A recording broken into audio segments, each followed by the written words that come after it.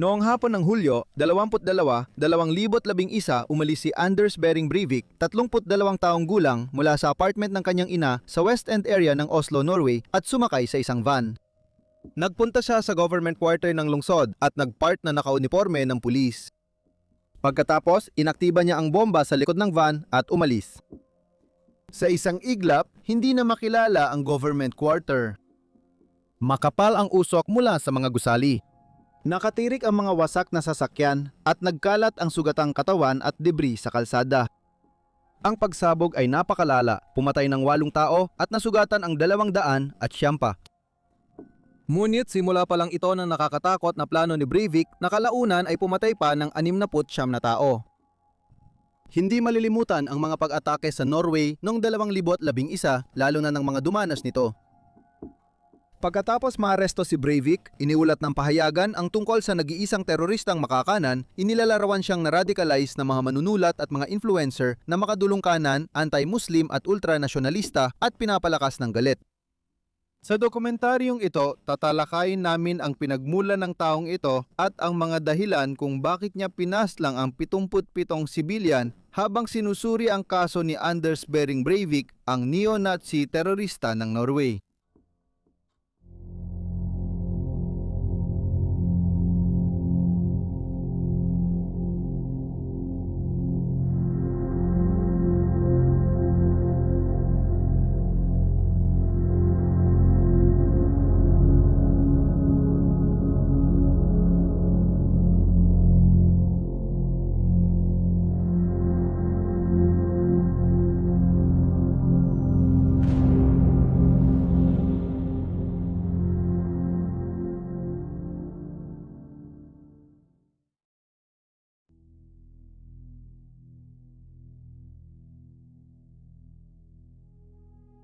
Si Anders Behring Breivik ay pinanganak sa Oslo, Norway noong Pebrero 13, 1979 at lumipat sa London kasama ang kanyang mga magulang nung sanggol pa siya. Si Jens Breivik, ang kanyang ama, ay galing sa mahigpit at di masyadong nag-uusap na pamilya. Matapos mag-aral ng Business Administration at Economics, naging diplomat si Jens at unang nagtrabaho sa Embahada ng Norway sa London bago lumipat sa Paris. Ang ina ni Breivik na si Wenka ay 33 anyos na nurse nang siya ay ipinanganak. May isang anak si Wenka sa dating relasyon. Si Jens naman ay may 3. Mabilis at magulo ang relasyon ng mag-asawa. Nagpakasal at nabuntis agad matapos silang magkakilala, pero nawala ang init ng pagsasama ng ipanganak si Breivik, kaya naghiwalay sila nang siya'y 18 buwan pa lang. Batay sa ulat, hindi naging maayos ang hiwalayan nila. Tinawag ni Wenka si Jens na demonyo at si Jens naman ay tinawag si Wenka na baliw. Pagkahiwalay, sina Breivik, kapatid niya sa isang magulang na si Elizabeth at ina nila ay bumalik sa Oslo at lumipat sa ministerial na apartment ni Jens sa Fritzner's Gate. Ngunit dumating ulit ang mga problema. Ayon sa mga ulat, mahirap na ang relasyon ni Breivik sa ina niya kahit bago siya ipanganak. Noong siya ay buntis, sinabi ni Wenka na masama si Breivik at sinasadya raw siyang sipain nito. Gusto sana niyang ipalaglag si Breivik, pero nang makarating sa ospital ay huli na dahil lagpas 3 buwan na ang kanyang pagbubuntis at hindi na ito legal. Ayon sa psychologist, inisip ni Wenka na layunin ni Breivik na sirain siya. Inuulat na maaga niyang itinigil ang pagpapasuso kay Breivik dahil pakiramdam niya ay sinisipsip nito ang kanyang lakas. Ayon sa lahat ng ulat, si Wenka ay naging biktima rin ng pang-aabuso noong siya ay bata pa. Tumakas siya sa kanilang bahay sa edad na 17 at hindi nagtagal ay nagdadalang tao siya sa magiging panganay niya. Ang SSBU o Pambansang Sentro para sa Psychiatry ng Bata at Kabataan ay inilarawan siya bilang isang babaeng dumaan sa mahirap na pagpapalaki, may borderline personality disorder at malalim na depresyon na bagamat di halata ay naroroon. Nang 2 taong gulang si Breivik, humingi ng tulong ang kanyang ina sa tanggapan ng serbisyong panlipunan. Sinabi niyang walang suporta sa Oslo dahil taga-telemark siya at sobrang pagod pisikal at mental. Ikinuwento niya na mahirap alagaan ang anak niya dahil hindi mapakali, pabago-bago ng ugali at kamakailan ay mas naging marahas at puno ng di inaasahang kilos. Nakiusap siya ng isang weekend na pahinga sa pag-aalaga kay Breivik. Bagamat napagbigyan ng kanyang hiling sa tulong matapos ang ilang buwan, agad ding natapos ang kasunduan ng sabihin ni Wenka na hindi angkop ang tahanang pinagdalhan sa kanya. Hindi rin nagustuhan ng mag-asawang nag-alaga sa 2 taong gulang si Venka dahil mahirap siyang pakisamahan at may kakaibang ugali.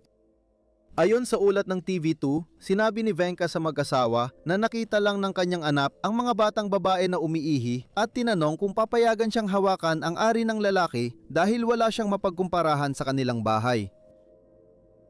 Ilang taon nang lumipas, sinabi ng mga kapitbahay kay Jens na madalas nilang marinig ang pag-aaway ng magkapamilya at kadalasang naiiwang mag-isa sina Breivik at kapatid dahil si Venka ay nagtatrabaho ng dobling shift o magdamag. Si Venka ay kilala sa mabilis magbago ng mood, madaling magalit at sumigaw, tapos biglang iiyak at hihingi ng tawad. Ayon sa SSBU, mabilis siyang nagbabago mula sa malambing na pagsasalita kay Breivik hanggang sa hayagang pagnanais na mamatay.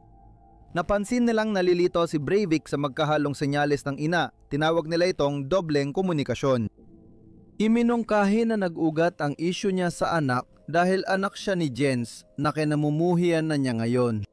Inilarawan niya ang ngiti ni Breivik bilang hindi angkop, mapagmataas at mapanlight at noong 1983 tinutukoy na niya ito bilang agresibo, clingy at sobrang aktibo. Naalala niyang natakot siya na baka maging maras ito balang araw. Ayon kay Ege Borsgrevik sa A Norwegian Tragedy, nakita niya itong nasa hustong gulang at marahas at natakot siyang mananakit ito ng iba.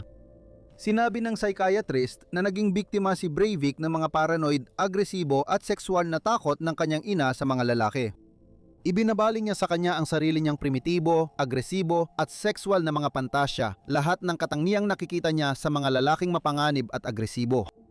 Patuloy na nakipag-ugnayan ang pamilya sa social services at noong 1983 lumipat sila sa mas malaking apartment sa tulong ni Jens, umaasang makakatulong ito para hindi maramdaman ni Venka na palaging sagabal ang anak. Ipinagdiwang ni Breivik ang ika-4 na kaarawan kasama ang SSBU kung saan siya, ang ina at kapatid na babae ay sumailalim sa maraming pagsusuri.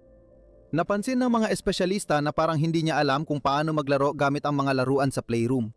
Madalas siyang gumagala o kaya'y tahimik lang na nakaupo kasama ang mga iyon. Kahit kilala siyang nakikipaglaro ng tindahan sa mga bata, mas interesado siya sa laruan na cash register kaysa sa laro o pakikisalamuha. Ayon sa ulat, si Breivik ay walang imahinasyon at empatya at hindi nasisiyahan sa mga laruan. Napansin ng mga eksperto na mahusay siya sa wika pero hirap ipahayag ang damdamin sa iba. Dagdag pa sa mga ulat, kabaliktaran ng sinabi ng kanyang ina tungkol sa kanya, si Breivik ay maingat, kontrolado, hindi maarte at napakalinis at maayos. Hindi siya lumalapit o nakikipag-ugnayan sa ibang bata. Sumasali siya sa gawain na parang makina, walang tuwa at mukhang malungkot. Noon pa, iminungkahi na naparusahan si Breivik tuwing nagpapakita siya ng emosyon, kaya natutunan niya itong itago. Sinasabing nagkaroon din siya ng OCD dahil nagagalit ang kanyang ina kapag siya'y nakakalat. Sa huli, hindi binigyan si Breivik ng formal na diagnosis mula sa SSBU, kundi tinawag lang siyang batang naiba. Idinagdag din ng isang psychologist sa kanyang ulat na naging isang batang balisa at pasibo si Breivik na iniiwasan ang makipag-ugnayan. Ipinapakita niya ang manic defense mechanism sa pagiging hindi mapakali at kunwaring niti para ilihis ang atensyon. Dahil sa lubhang pathological na relasyon niya na Anders at ng kanyang ina, mahalagang maagapan ito upang maiwasan ang matinding paglihis sa pag-unlad ng bata. Habang nananatili ang pamilya sa SSBU, masusing minanmanan si nanay ni Breivik. Inilarawan ng SSBU na itinataboy niya ang kanyang anak at pagkatapos ay hinihila pabalik sa kanya at idinagdag pa na madalas niyang sinisisi ang iba sa kanyang mga problema, hindi siya marunong magtakda ng hangganan at limitasyon at tila nakikita niya ang mga bagay sa itim at puti lamang. Ayon sa ulat ng SSBU, ginawang sexual ni Venka si batang Breivik, sinaktan at madalas sabihan si Breivik na sana patay na siya. Tungkol naman sa mga paratang ng sexualisasyon, iniulat na ito ay bahagi dahil magkasama silang natutulog sa isang kama dahilan upang magpahayag ng dagdag na pag-aalala ang SSBU tungkol sa relasyon ng mag-ina, bagamat ipinaliwanag ni Venka na ito ay iginigiit ng kanyang anak. Dahil sa pabago-bagong ugali ni Venka, tinawag siyang emosyonal na mapang-abusong magulang ng mga eksperto, kaya nirekomenda ng SSBU na alisin si Breivik sa kanyang pangangalaga. Hindi nila inakala na gaganda pa ang kalagayan ng bata at naniniwala silang ang paghiwalay sa kanya mula sa kanyang ina ang pinakamainam para sa kanyang mental at pisikal na kalusugan. Itinakda ang isa pang pagdinig kung saan tinangkang kunin ni Jens ang kustodya ni Breivik, ngunit pumabor ang korte kay Venka matapos marinig ang testimonya ng nursery worker na nagsabing nakikisalamuhan ng maayos ang bata sa lipunan. Sabi ng hukom, kung masama talaga ang pag-aalaga ng ina, dapat pati anak na babae ay inalis na rin sa bahay nila. Walang balak ang SSBU na alisin si Elizabeth kay Venka, ngunit narekomenda nilang bantayan ng mabuti ang bata. Naniniwala ang hukom na sinusubukan lang ni Venka na gawin ang tama, kaya siya ang unang nakipag-ugnayan sa SSBU. Inamin ng SSBU na bagitong social worker ang humawak sa kaso kaya hindi naalis si Breivik sa tahanan. Buwan-buwan, kinukumusta ng caseworker ang pamilya at napansin niyang nagbago na ang mga ito sa sumunod na taon. Sinabi nilang si Breivik ay isang relax at kaaya-ayang bata na may magiliw na ngiti kaya agad siyang nagugustuhan ng iba. Siya at ang kapatid ni Jens ay kilalang magalang at tahimik na naglalaro. Habang napansin na kontrolado ni Venka ang emosyon niya, malayo sa ugali niyang ipinakita nung minanmanan siya at ang mga anak niya ng SSBU. Sa huli, nanatili si Breivik sa pangangalaga ng kanyang ina at wala nang ginawang karagdagang pagtatangka na alisin siya mula sa kanilang tahanan. Hindi naman nahirapan si Breivik sa paaralan. Ayon sa dating kaklase, matalino at malakas si Breivik, kaya niyang ipagtanggol at tulungan ang mga batang laging binubuli. Patuloy ang ugnayan niya sa ama niyang nasa Pransya at madalas niyang binibisita ang ama niya at ang bago nitong asawa hanggang sa maghiwalay sila noong 12 anyos siya. Napansin nito ni Ege Borchgrevink pagkatapos lumamlam ang relasyon ni Breivik sa ama niya. Kahit nawala ang ugnayan nila at sinisi ni Breivik si Jens, ipinagtanggol pa rin niya ang ama niya. Sa mga sumunod niyang isinulat, sabi niya, hindi lang talaga siya marunong makisama sa tao. Naalala na madrasta ni Breivik ang paghamak niya sa sistema ng edukasyon. Bilang adulto, isinulat niya na ang pinakamatingkad niyang alaala sa elementarya ay ang pinilit siyang mag-aral ng pananahi at pagminiting. Ang mga kursong ito ay unang ipinatupad sa kanlurang Europa dahil sa Rebolusyong Marksista. Dagdag pa niya, ipinatupad dito para palambutin ang mga batang lalaki sa Europa sa kanilang pagsisikap lumikha ng Marksistang utopia na may tunay na pagkakapantay-pantay ng kasarian. Natatakot ako sa mga kursong ito dati kasi parang hindi natural at sayang lang sa oras. Bilang binatilyo, swail si Breivik na graffiti at nakisalamuha sa hip-hop na komunidad sa lungsod. Ilang beses siyang nahuli ng pulis dahil sa graffiti at 2 beses pinagmulta. Sa puntong ito noong 1995 edad, 15 iniulat na tuluyang pinutol ni Jens ang ugnayan kay Breivik at itinigil ang lahat ng pakikipag-ugnayan sa kanya. Iba ang pananaw ni Jens kaysa sa anak niya at sinabi niyang palagi siyang handang makita si Anders. Nagsimulang magbuhat ng weights si Breivik, nag-ehersisyo tuwing 6 bago pumasok sa paaralan at gumamit ng steroids. Habang lumalaki mula sa pagiging teenager hanggang sa pagiging binata, naging labis siyang nag-alala tungkol sa kanyang pisikal na anyo at nagpatuloy sa paggamit ng steroids hanggang sa kanyang pagtanda. Naalala ng isang kababata niya na minsang nagkita sila sa bus at napansin niyang nagpa-plastic surgery ito. Ayon sa ulat, nagpunta siya abroad para ipayos ang noo, baba at ilong. Sa manifesto niya, nagsalita si Breivik tungkol sa buhay adulto niya pero nagsinungaling siya at sinisi ang iba sa mga problema niya. Sinabi niyang di siya pumasok sa militar matapos mag-high school dahil sa pag-aalaga sa may sakit na ina pero napatunayang hindi ito totoo. Hindi na conscript si Breivik dahil itinuring siyang hindi angkop sa serbisyo militar sa mandatory assessment. Sinabi rin niyang hindi siya nag-aral sa universidad dahil ayaw niyang magtrabaho sa politically correct na Norway at ayaw niya sa karaniwang buhay ng ordinaryong tao. Sabi pa niya, wala o kakaunti siyang kaibigan dahil hindi siya interesado sa pagbuo ng ugnayan sa iba. Ayon sa ulat, tinukso si Breivik ng mga bagong kaibigan at kaklase dahil sa kakulangan niya ng karanasan sa kabilang kasarian. Nang tanungin ng mamamahayag, karamihan sa dati niyang kasama ay di matandaan na nagkaroon siya ng kasintahan. Kahit pa sinabi ni Breivik na magiging komplikado ito sa kanyang plano at may mga babaeng lumapit daw sa kanya sa ilang pagkakataon. Sabi ng kaibigan niya nung bata pa, lagi siyang may kwento tungkol sa mga babae pero hindi namin sila nakilala. Sa alam ko, wala pa siyang naging kasintahan. Sa early 20s niya, nagtrabaho si Breivik sa customer service at kilala siyang mabait at mahusay na katrabaho. Pagpaplano ng mga pag-atake sa Norway noong 2011. Sabi ni Breivik, sinimulan niyang planuhin ang mga pag-atake sa Norway noong 2011 noong 2002 nang siya ay 23 taong gulang. Para tustusan ang kaganapan, nagtayo siya ng negosyo sa computer programming habang nagtatrabaho pa rin sa customer service. Sinabi niya na umuha siya ng ilang empleyado at nagbukas ng ilang offshore bank account at kumita ng unang milyon sa edad na 24.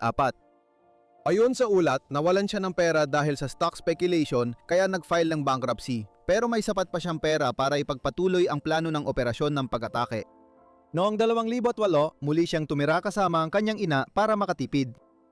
Batay sa isang psychiatric report na isinagawa ilang araw matapos ang pag-atake, nagsimulang lumala ang kalusugan sa pag-iisip ni Breivik noong 2006 na muli siyang tumira sa bahay ng kanyang ina. Mailap siya, tahimik, umiwas sa ibang tao at bihirang lumabas. Napansin pa nga ng kanyang ina ang pagbabago sa kanya noong panahong yon. Naalala niyang madalas itong naglalaro ng video games mag-isa sa kwarto para siyang binatilyo ulit. Sinubukan din niyang kausapin ang kanyang ina tungkol sa politika. Noong 2010 si Breivik ay nagtagal ng 6 na araw sa Prague, Czech Republic habang sinusubukan niyang maghanap at bumili ng mga armas. Napansin niya matapos magseliksik online ng Prague ay isa sa pinakamahalagang transit point ng illegal na droga at armas sa Europa.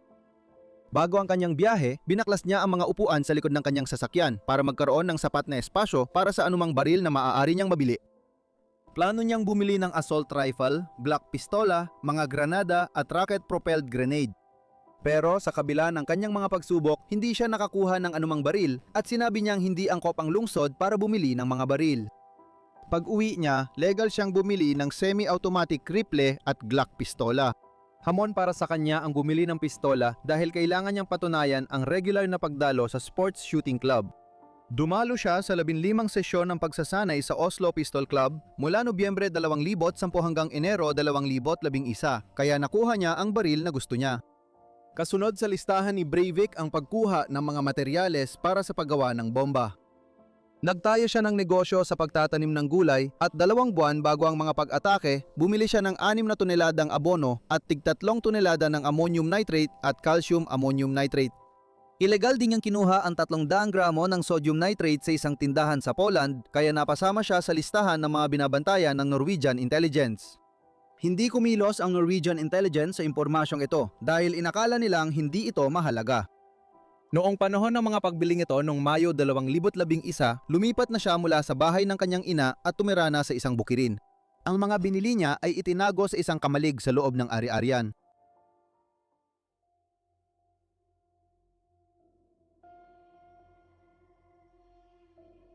Noong alas 3:25 ng hapon ng Hulyo, 2011, isang bomba ang pinasabog sa loob ng isang puting Volkswagen Crafter na nakaparada sa distritong pampamahalaan ng Oslo. Ipinakita ng CCTV na nakita ang sasakyan noong alas 3:13 bago pa makarating sa H-block na naka-hazard lights. Huminto ang sasakyan ng 1 minuto at 54 segundo bago minaneho ang huling 200 metro at ipinarada sa labas ng pangunahing gusali ng gobyerno. Bumaba ang driver na nakasuot ng uniforme ng pulis, tumayo ng 7 segundo at umalis. Kalaunan ay natuklasan na si Breivik ay may isa pang sasakyan malapit doon na ginamit niya upang mabilis na makaalis sa lugar. Hindi siya positibong nakilala gamit ang surveillance footage dahil siya ay nakasuot ng helmet ng pulis na may takip sa muka. Nakakatakot ang pagsabog ng bomba sa sasakyan. Ang pagsabog ay nagbasag ng mga bintana sa lahat ng palapag ng kalapit na gusali at nagdulot ng sunog sa ilan, kabilang ang H-block at R4. Ang mga bubog at iba pang debris ay nagkalat sa mga kalsada habang puting usok ang lumalabas mula sa kagawaran ng lanis at enerhiya habang may sunog na nagaganap. Narinig ang pagsabog kahit 4.5 milya ang layo.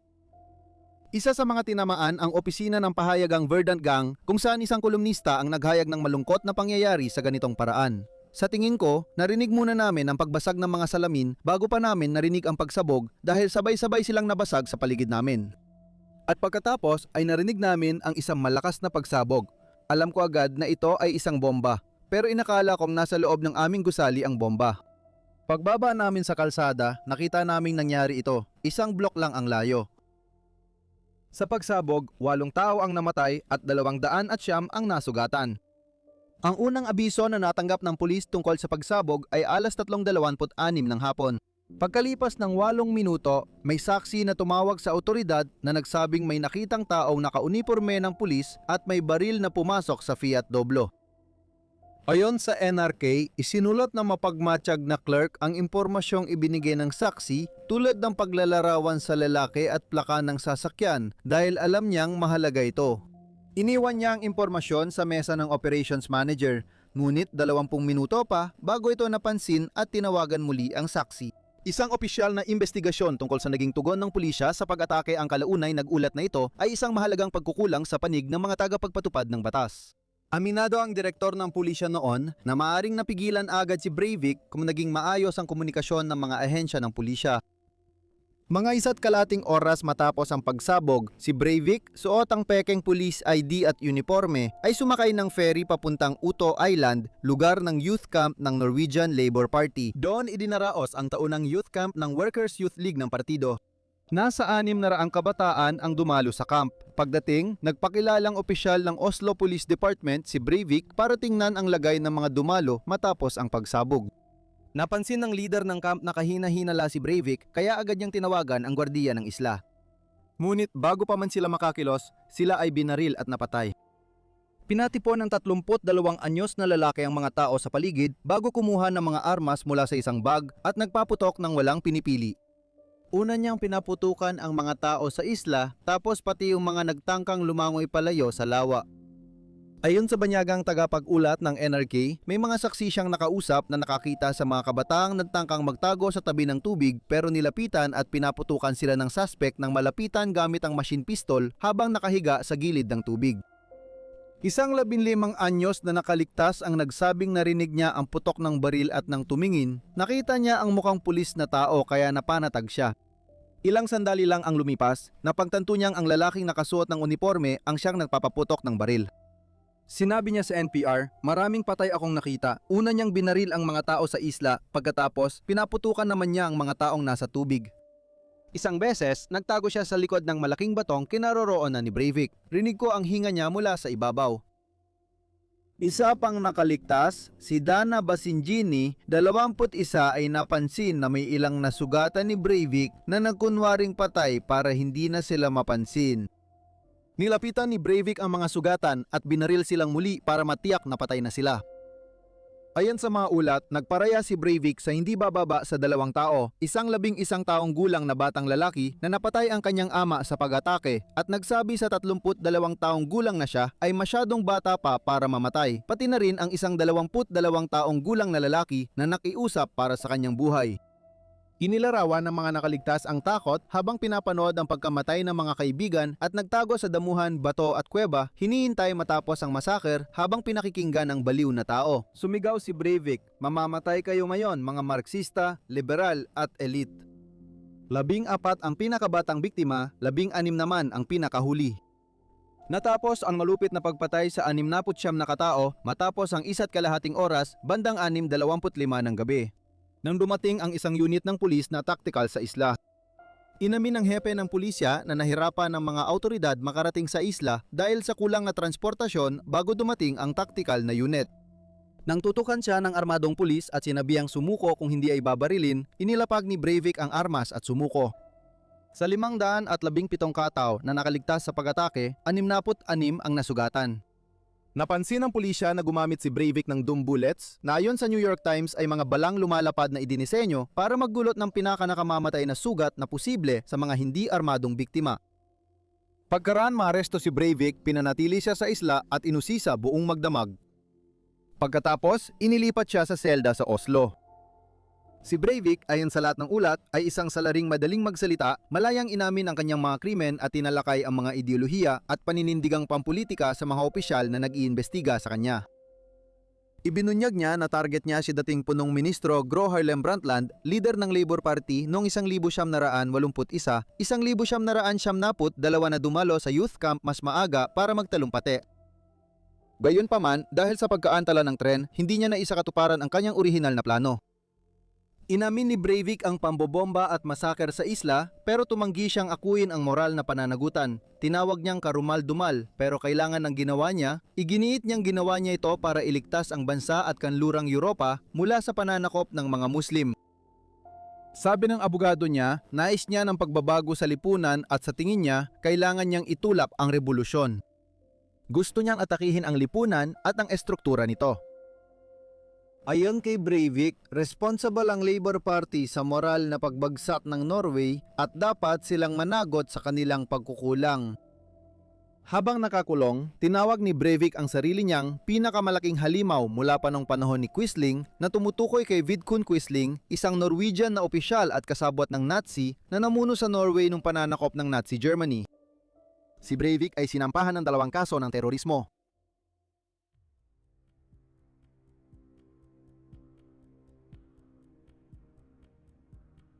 Nagkaroon ng maraming diskusyon tungkol sa kalagayan ng mental na kalusugan ni Breivik nung siya ay inaresto at sa mga sumunod na buwan.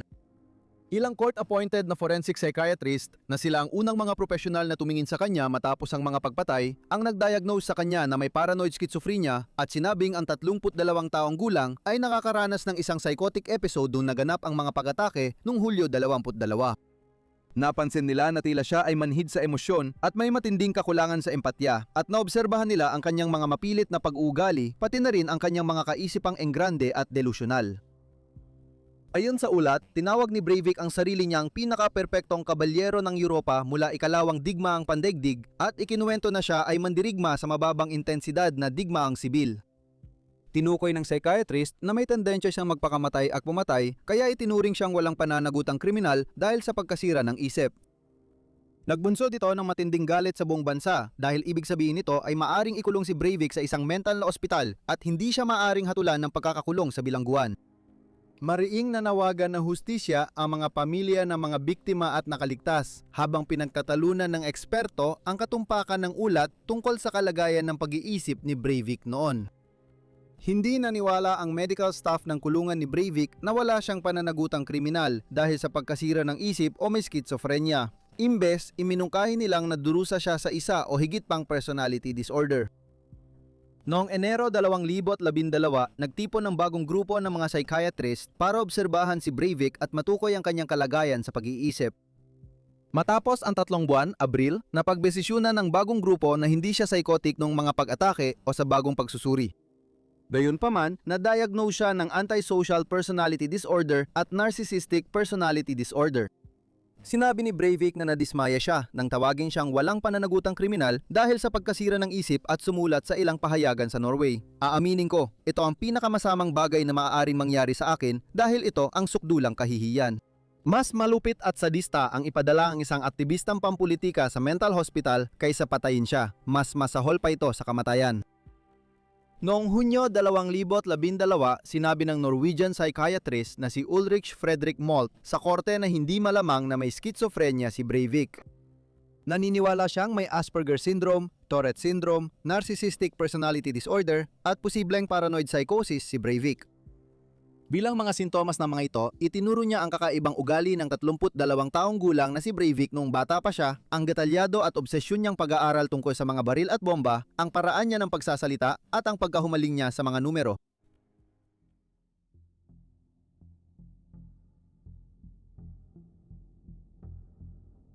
Siyam na 10 minuto bago sumabog ang bomba sa Oslo noong Hulyo 22, nagpadala si Breivik ng isang manifesto na may 1,500 at 18 na pahina na pinamagatang 2083, isang European Declaration of Independence sa 1,003 na email address.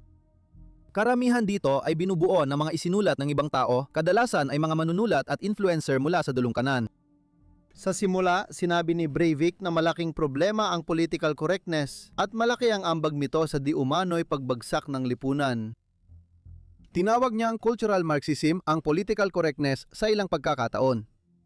Sa bandang huli ng manifesto, tinalakay ni Breivik ang kanyang hindi pagkagusto sa direksyon na tinatahak ng bansa, binanggit ang kanyang kagustuhang mapanatili ang isang Kristiyanong Europa at ang kanyang pagkamuhi sa moral na pagkabulok ng kanluraning mundo na karamihan ay sinisi niya sa mga kaliwa at sa feminismo.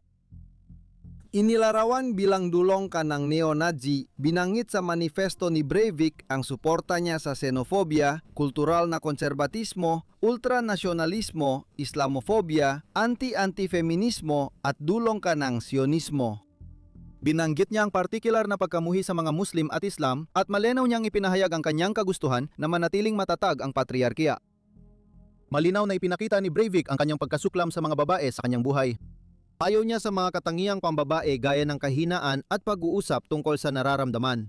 Kinukondena niya ang buhay pag-ibig at sexual ng mga babae na inilalarawan bilang emosyonal, hindi matatag, mapagpalit-palit ng kapareha at hindi kapantay ng lalaki.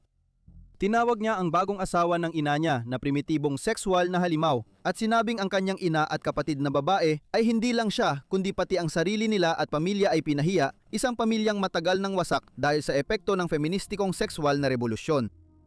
Sabi niya tungkol sa pagpapalaki, hindi siya sang-ayon sa sobrang liberal at matriarkal na pagpapalaki dahil kulang ito sa disiplina at nakatulong para maging mas pambabae siya sa ilang antas.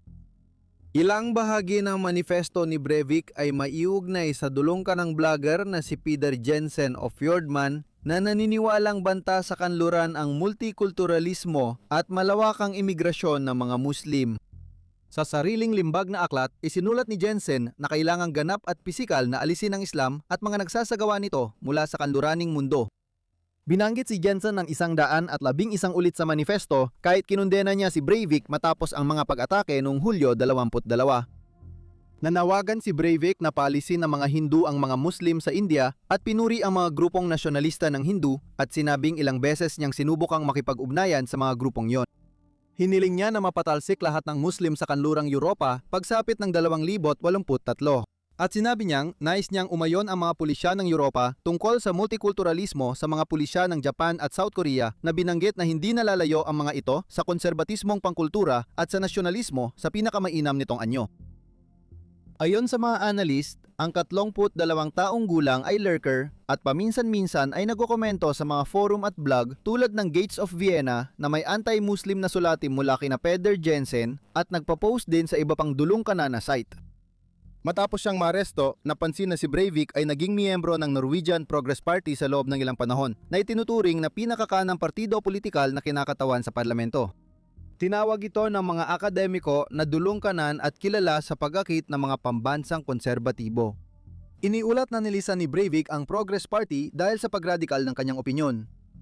Sa dulo ng manifesto, hinulaan ni Breivik na ilalarawan siya ng mainstream media bilang katuparan ng kanilang pinakamasamang bangungot, ang sistematiko at organisadong pagpaslang sa mga traidor ng multikulturalismo. At malamang ay todo propaganda ang ibabato nila sa kanya. Babaluktutin, ire-repackage at ipapakalat ang mga sumusunod na paratang: pedophilia, sangkot sa incest, homosexual, sira ang ulo, may ADHD, magnanakaw, walang pinag-aralan, inbred, baliw, sira ulo, halimaw, at babal po. Itatag ako bilang pinakamalaking Nazi na halimaw mula pa noong ikalawang digmaang pandaigdig. Maliban sa pagpapadala ng manifesto bago ang pambobomba, nag-upload din si Breivik ng video sa YouTube. Sa 12 minutong pagwawala, hinikayat ni Breivik, 32, ang mga konserbatibo na yakapin ang pagiging martir. Ipinakita ang mga larawan niya na nakatutok ang kanyang mga armas at idinetalye ang kanyang mga plano ng pag-atake.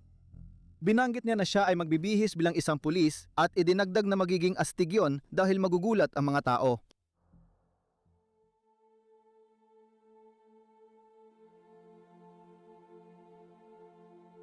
Noong Agosto 24, 2012 si Breivik ay tinuring na nasa tamang pag-iisip at hinatulan ng habambuhay na pagkakakulong.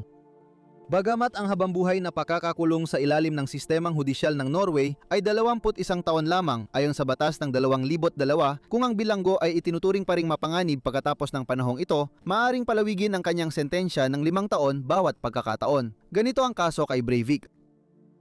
Si Carl Nordstad ay sumulat sa The New Yorker tungkol dito. Isa sa mga tampok sa paglilitis kay Breivik ay nang ikinuwento niya ang pagpila ng mga biktima sa youth camp sa pader.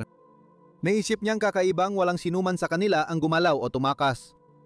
Inilarawan niya ito bilang kakaiba kumpara sa nakikita sa pelikula o palabas sa TV. Isinulat ni Carl, ang mga biktima niya ay larawan lang sa kanya. Alam niya ang ginawa niya pero wala siyang pakiramdam ng pagkawasak na nararanasan ng isang tao para sa kapwa at nawala na yon kay Breivik. Patay na ang bahaging yon. Maraming mamamahayag na nagulat sa kwentong ito Ang nagsabing si Breivik ay walang pagsisisi, empatiya at hindi kinikilala ang kanyang mga biktima bilang tao, isa siyang psikopat. Si Jens, ang kanyang ama, ay nakatira noon sa Pransya nang mangyari ang mga pag-atake noong 2011. Sinabi niya sa media na siya ay nasa matinding pagkabigla at dagdag pa niya, hindi ko nararamdaman ako ang kanyang ama. Paano niya nagawang tumayo roon at pumatay ng maraming inosente? Iniisip pang tama ang ginawa. Dapat kinuha niya na rin ang sarili niyang buhay. Iyon ang dapat niyang ginawa. Sa manifesto niya, sinabi ni Breivik na wala siyang ugnayan sa ama at hindi na niya ito nakausap mula nang lumayo ang ama niya nung siya ay 15 taong gulang. Hindi siya natuwa sa hilig ko sa graffiti mula 13 hanggang 16. May 4 siyang anak pero putol na ang ugnayan niya sa kanila. Kaya malinaw sa akin kung sino ang may kasalanan. Sinubukan ko siyang kontakin 5 taon nang nakalipas pero sabi niya hindi pa siya handang makipagkita. Bumisita ang nanay ni Breivik sa kanya 5 beses sa kulungan bago siya pumanaw noong 2013. Si Breivik ay nakakulong sa Ringerike Prison sa timog ng bayan ng Terestrand. Ginugugol niya ang kanyang oras sa isolation, nakikipag-usap lamang sa mga health worker at mga gwardiya ng kulungan. Noong 2021 beses siyang nakipag-ugnayan sa isa pang bilanggo kasama ang hindi bababa sa 7 gwardiya. Nagkwentuhan at naglaro ng baraha ang dalawa pero tumanggi ang bilanggo na makipag-ugnayan pa kay Breivik. Pagkalipas ng ilang taon matapos mahatulan, nag-enroll si Breivik sa bachelor's degree sa Agham Pampulitika sa Universidad ng Oslo. Nakapasa siya sa 2 kurso bago huminto noong 2015 na sinisi niya sa hindi magandang kalagayan sa kulungan. Noong 2017 binago niya ang pangalan niya sa Fjoltolf Hansen. Noong Nobyembre 2012, sumulat si Breivik ng 27 pahinang liham ng reklamo sa mga otoridad ng kulungan tungkol sa hindi niya gusto sa mga restriksyon sa seguridad na ipinataw sa kanya. At humihiling na payagan siyang mas madaling makipag-ugnayan sa labas ng kulungan. Pati na rin ang PlayStation 3 na ipapalit sa kasalukuyan niyang PlayStation 2 dahil mas angkop ang mga laro rito. Noong 2014, iniulat na hiniling niya ang access sa sofa at mas malaking gym at nagbanta ng hunger strike kung hindi matugunan ang hiling. Karamihan sa kanyang reklamo ay tila nakasentro sa kakulangan ng mapagpipili ang video game na maaari niyang laruin at sinasabi niyang ang ibang bilanggo ay may access sa mga larong para sa matatanda samantalang siya ay mga hindi gaano kawili-wiling larong pambata lamang ang pwedeng laruin. Isang halimbawa ay ang Rayman Revolution, isang laro na para sa mga 3 taong gulang. Noong 2016 muling nagreklamo si Breivik at nagsampa ng kaso laban sa gobyerno ng Norway dahil sa mga kondisyon sa kulungan na sinabing nilalabag ang kanyang karapatang pantao dahil sa pagkakakulong ng mag-isa at madalas na strip search at gabi-gabing paghalugog sa selda. Sa sibil na paglilitis, tinanggal ang posas ni Breivik at agad siyang nag-Nazi salute. Sa umpisa, nagpasya ang hukom na nilabag ng kulungan ang Artikulo 3 ng European Convention on Human Rights at inutusan ng gobyerno na bayaran ang gastos ni Breivik sa paglilitis. Noong 2017 tinanggihan ang kaso sa apela. Noong Enero ng 2024 muling nagsampa ng kasong sibil si Breivik laban sa pamahalaan ng Norway tungkol sa patuloy niyang pagkakabukod sa iba. Sabi niya, ang isolation ay masama sa kanyang pag-iisip at hindi niya kayang mabuhay ng matagal nang walang makabuluhang ugnayan sa iba. Ako pa rin ay isang tao at may hangganan kung hanggang saan kayang tiisin ng isang tao.